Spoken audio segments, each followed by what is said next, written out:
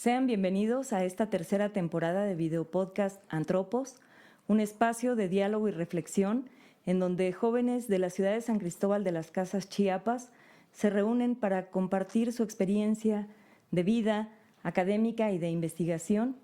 Sean bienvenidos. Hoy tenemos el gusto de contar con la presencia de Giovanni Alexander Suárez Gordillo. Él es licenciado en Antropología Social por la Facultad de Ciencias Sociales de la Universidad Autónoma de Chiapas. Bienvenido, Alex. Es un gusto que estés aquí con nosotros.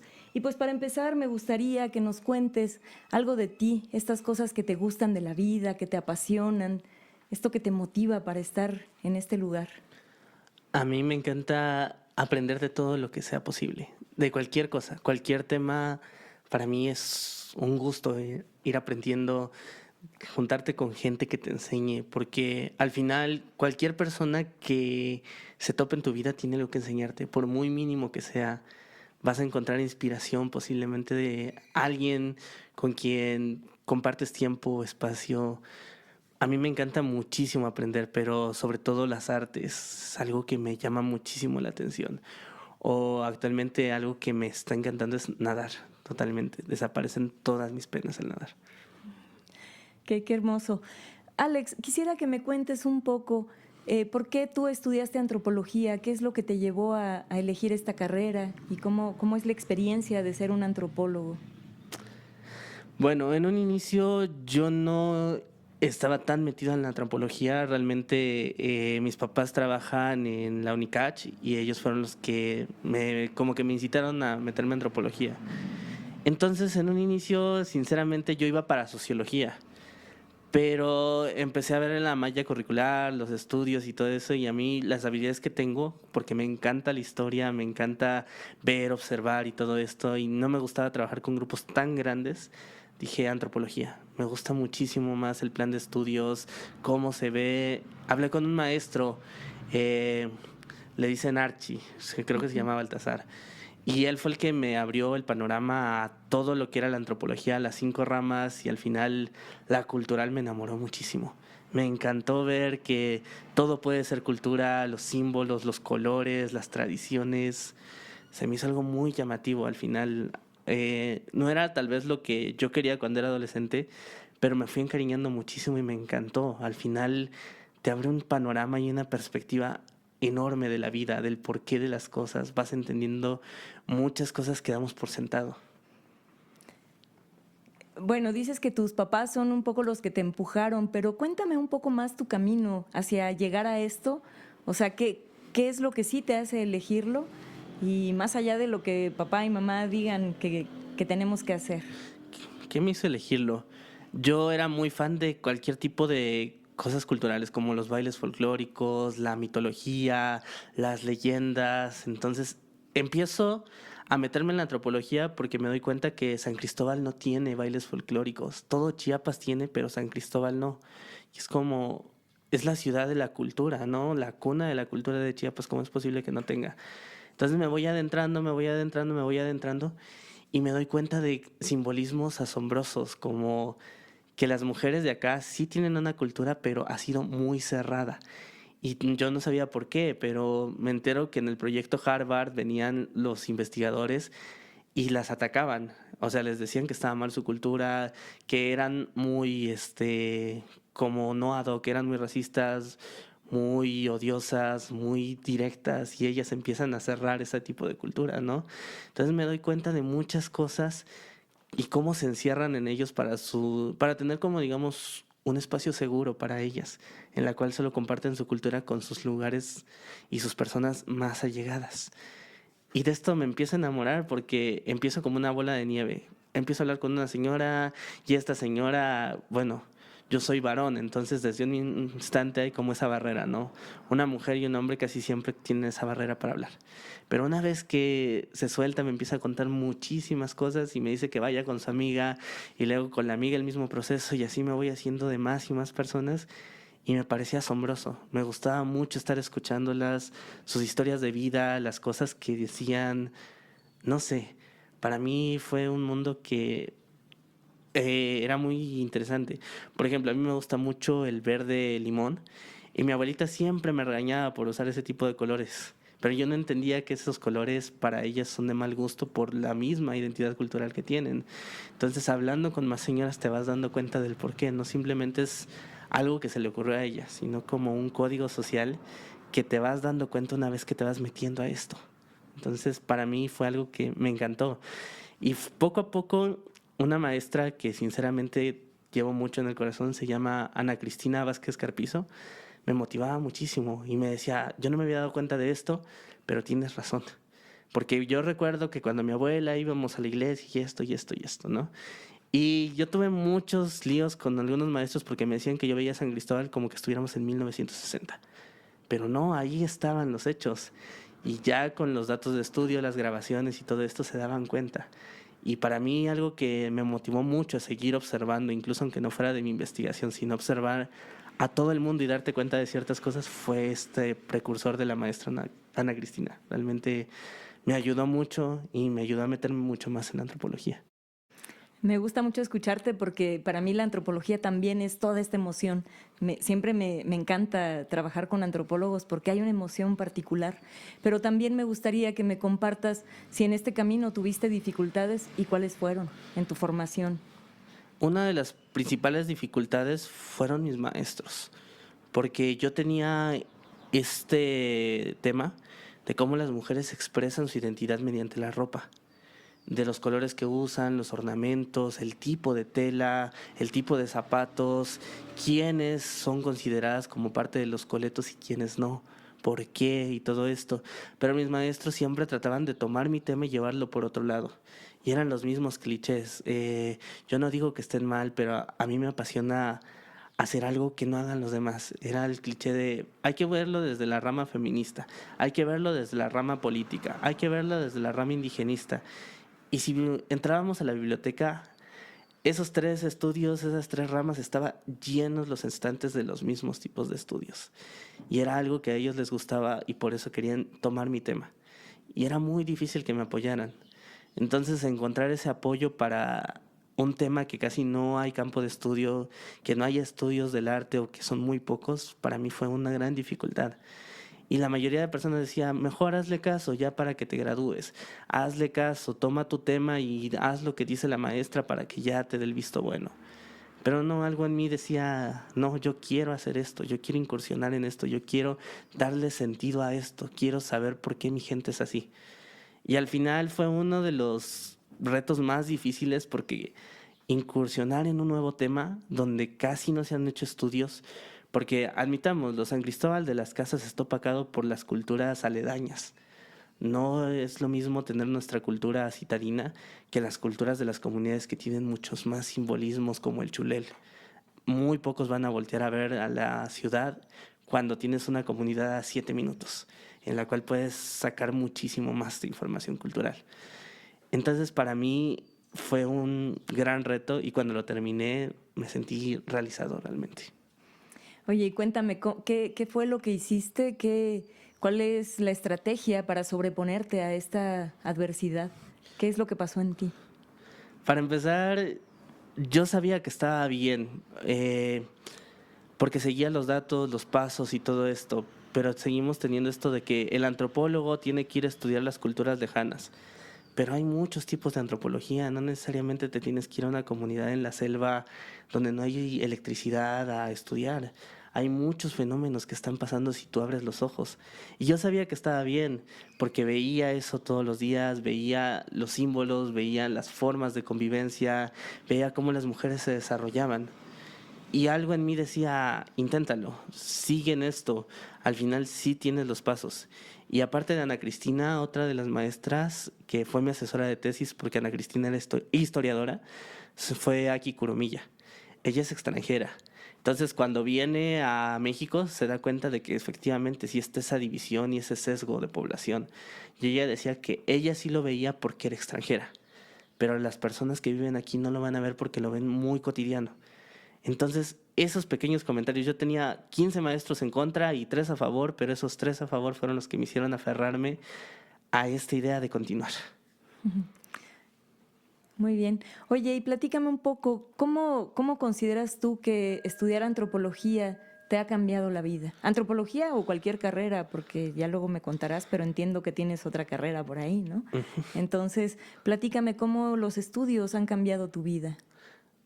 Para mí antropología, a maneras que yo nunca me hubiera dado cuenta de por qué muchas personas, por ejemplo, se ponen a la defensiva cuando cuestionan ciertas ideas, como la religión, como los roles de género, como la forma de pensar, algo que siempre han seguido.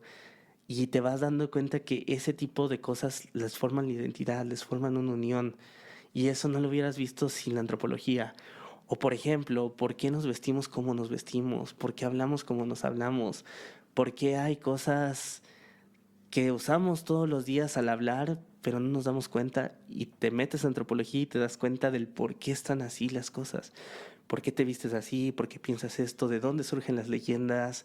La leyenda de la Llorona que surge en México, que al final si te metes a estudiar, te das cuenta que viene desde los mismos mexicas antes de que lleguen los españoles. Es como algo que te llena el alma al final. El conocimiento para mí es algo que hace sentido para ti el día a día.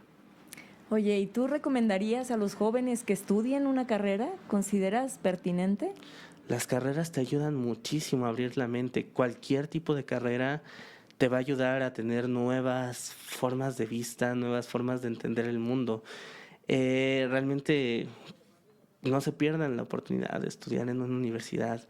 Dense esa oportunidad, porque al final estudiar en una universidad te abre muchísimo la mente, conoces nuevas experiencias, haces un montón de cosas que al final no habrías conocido o no habrías visto si no te metes a estudiar algún tipo de carrera. No necesariamente antropología, cualquiera. Oye, ¿y sientes que tu carrera te preparó para la vida? En muchas cuestiones, porque al final haces algo que a ti te motiva. Por ejemplo, a mí antropología me abrió las puertas para ser maestro de historia. Y cada vez que voy a dar historia, no lo siento como trabajo, lo siento como una emoción. Dar el conocimiento, decirles qué pasó, cómo pasó. Mis alumnos incluso me han llegado a decir que nunca aprendieron nada en historia, pero por primera vez están aprendiendo algo. Entonces para mí es algo que me llena muchísimo realmente el alma. Claro. Oye, quisiera, no sé si tienes alguna experiencia, algo que nos quieras contar de tu proceso de ser estudiante.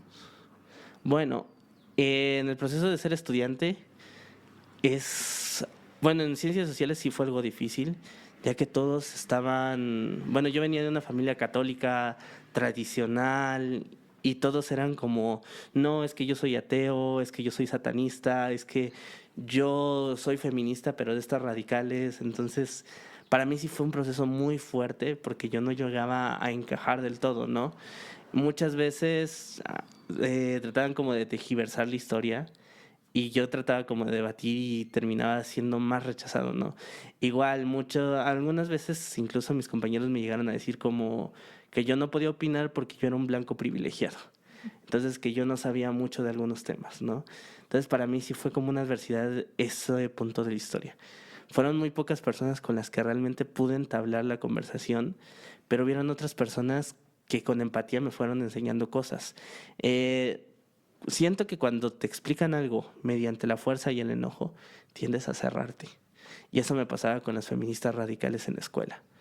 Pero una chica llegó un día y me explicó cómo era el movimiento sin imponérmelo, sin gritarme, sin decirme machito, sin decirme nada ofensivo. Y fue cuando por fin entendí este tipo de cosas, ¿no? Y pude abrir mi mente a tal vez todos estos tipos de campos. La antropología me cambió muchísimo, muchísimo en muchas cosas. Si yo viera al chico que se metió a los 17 a estudiar antropología y cómo salió, es un cambio abismal totalmente. Qué interesante y qué importante además. Oye, ahora me gustaría que me platiques un poco en qué se centró la investigación que tú hiciste durante tu formación y para titularte de la antropología. Mi investigación se llevó a cabo con las mujeres de los barrios tradicionales. Aquí en San Cristóbal, un barrio tradicional tiene que tener un santo patrono, haber sido por herencia desde, digamos, los españoles y todo esto, y tener ciertas costumbres como la fiesta. hay barrios que tienen todo esto, pero simplemente porque no son históricos no entran, como María Auxiliadora, el Relicario, el Santuario. Entonces, para empezar eran 9 barrios, de esos delimité 3, que eran La Merced, Guadalupe y parte del centro. En estos barrios traté de buscar a las mujeres más mayores, por así decirlo, y tratar de hablarles sobre su vestimenta. Mi estudio se centró simplemente en la vestimenta y qué significaba, cómo se vestían las mujeres, porque no era lo mismo vestirse para una boda que ir al mercado. No era lo mismo vestirse para un bautizo que llegar a la iglesia a misa. No era lo mismo vestirse para una comida familiar que ir a rezar. Entonces todo esto me parecía sumamente interesante, como los códigos, los colores, las formas de pensar. Incluso ellas tienen un dicho como, era una muletilla que tenían todas de, mira, esto es oro, porque yo solo puedo usar oro, porque si uso fantasía me saca ronchas, pero todas lo decían. Y entiendo que sí puedes generar alergia a la fantasía, pero no creo que todas al final. Entonces era muy interesante. Al final descubrí muchas cosas de que, por ejemplo, las trenzas, ellas los ven como que solo los usan las indígenas, pero ellas usan trenzas cuando venden. Entonces es como algo así, por decirlo, permitido, ¿no? De igual forma, hay mujeres que en teoría son coletas, pero si no son católicas, las expulsan del grupo, las dejan de lado. Pero sí hay personas que no entran con este estereotipo de coleto, pero siguen todas las reglas, aunque no hayan nacido en San Cristóbal, las unen. Entonces ibas descubriendo muchas cosas. Para mí simplemente iba a las tradiciones, a las fiestas. Y terminé viendo un panorama de un montón de cosas, de todo tipo de vestimenta, tipo de zapatos, tipo de accesorios, por qué, qué significaban, los colores, las telas, cómo lo hacían, porque iban con un sastre y hacían su traje y ya con eso se vestían. Incluso los botones que usaban, porque no son botones cualquiera, son por lo general adornados, como flores o con relieve.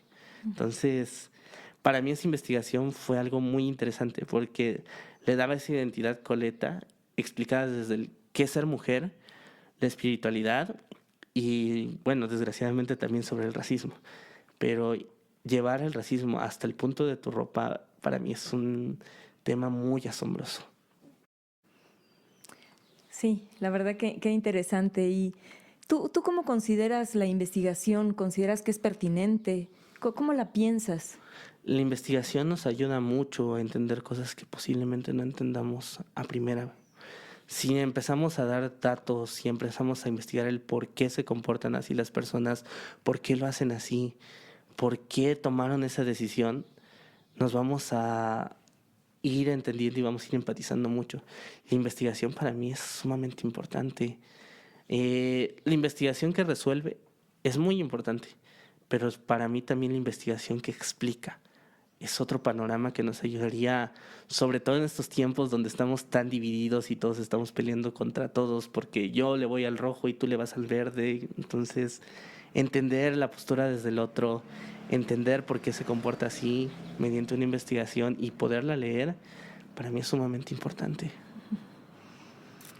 Oye, ¿y a qué te dedicas en la actualidad? En la actualidad, pues estoy estudiando una segunda carrera, estoy en la normal experimental, en la carrera de educación primaria, y los fines de semana voy a dar clases a una comunidad en Chilil, municipio de Huixtán. Ah, qué interesante. Oye, ¿y tú crees que la carrera que estudiaste de antropología te ha ayudado para esto que haces ahora? Definitivamente, al final se trata mucho de observar, de ver, de entender. Un niño se comporta así por ciertas cuestiones. Un niño que tiene una cultura diferente, si tú llegas con un pensamiento de ciudad, no vas a poder enseñarle nada. Tienes que adaptarte, ver cómo son su cultura, sus tradiciones, qué respeta, qué no, por qué hace lo que hace. Antropología me ha ayudado muchísimo, mucho. Por eso no he batallado tanto como mis compañeros al momento de ir a hacer las prácticas. ¿Y le das clase a niños de primaria? Estoy con alumnos de prepa. De prepa. Ajá. Entonces, para mí es mucho más, no sé, mucho como que me motiva porque al final ellos sí te entienden a un nivel más consciente. Les puedo decir al final que, por ejemplo, hemos estado en peleas de poder desde que nos independizamos y ellos lo van a entender. Por ejemplo, un niño de primaria que le tengo que ir explicando un poquito más lento. Oye, y elegiste estudiar otra carrera, pero ¿no has pensado en hacer una maestría, un doctorado? Está en una posibilidad realmente. A mí me gusta mucho dar clases, pero igual me encanta la investigación. Me encantaría poder dedicarme a eso. Y al final una maestría y sobre todo con estos programas como CONACYT es muy llamativo. Al final estar estudiando, teniendo un grado más, maestría, doctorado, posgrado, y que la misma beca CONACYT te esté ayudando, para mí es un lujo muy grande. Entonces, está en una posibilidad a futuro, no lo descarto. Sí me encantaría poder incluso llegar a hacer un posgrado en antropología, pero vamos poco a poco. Ok, sí, claro. Oye, me gustaría alguna reflexión que tú tengas sobre tu futuro, algo que estés buscando de todo corazón y qué estás haciendo para lograrlo. Bueno, algo que yo estoy buscando, sobre todo para mi futuro, es poder sembrar la semilla que te va a ayudar en un futuro. Intentar de todo, de cualquier cosa, no te cierres a algo. Puede ser que te digan, haz esto, pero si tú lo ves muy tonto, te puedes estar cerrando una puerta. Al final todo lo que estás haciendo, sobre todo ahora que eres joven y que tienes esa energía, posiblemente te va a servir el día de mañana, te va a ir conectando. Vivimos en ciudades que son muy organizadas y todos están conectados con todos, y el día de mañana puede ser que algo que hiciste hace 5 años te ayude para superarte a ti mismo en 10 o en 15 años. La vida da mil vueltas y al final tú no sabes a quién estás inspirando o quién está siguiendo tus pasos. Ujú. Esto es súper importante. Pues para mí ha sido un placer conversar contigo, conocer tu experiencia, conocerte, pero me gustaría saber si tienes algo que decirle a los jóvenes que nos escuchan del otro lado de la cámara. Ujú. Muchas veces la vida puede parecer gris, sobre todo si escuchamos noticias desalentadoras, cosas como un título ya no vale, un título ya no te sirve para hacerle la vida, ponte a vender, ponte a hacer negocios, ponte a esto, ponte a lo otro. Pero no todos tenemos que seguir eso, y al final, si tú realmente te esfuerzas o buscas las herramientas y la forma de entrar a donde quieres, lo vas a lograr. Si tu sueño es ser científico, pero sientes que no va a haber trabajo, desde un momento te estás cerrando. Porque si no fuera rentable, no creo que siguieran dándole presupuesto a la ciencia o presupuesto a la cultura o al arte. Al final, tú mismo puedes ir labrando ese camino. Que hay caminos más fáciles, sí. Pero al final, si no estás haciendo algo que a ti te guste o algo que tú ames, lo vas a sentir como una carga eterna toda la vida. Muchísimas gracias, Alex. Qué gusto conversar contigo, en verdad. Y pues muchísimas gracias a todos aquellos que nos escuchan.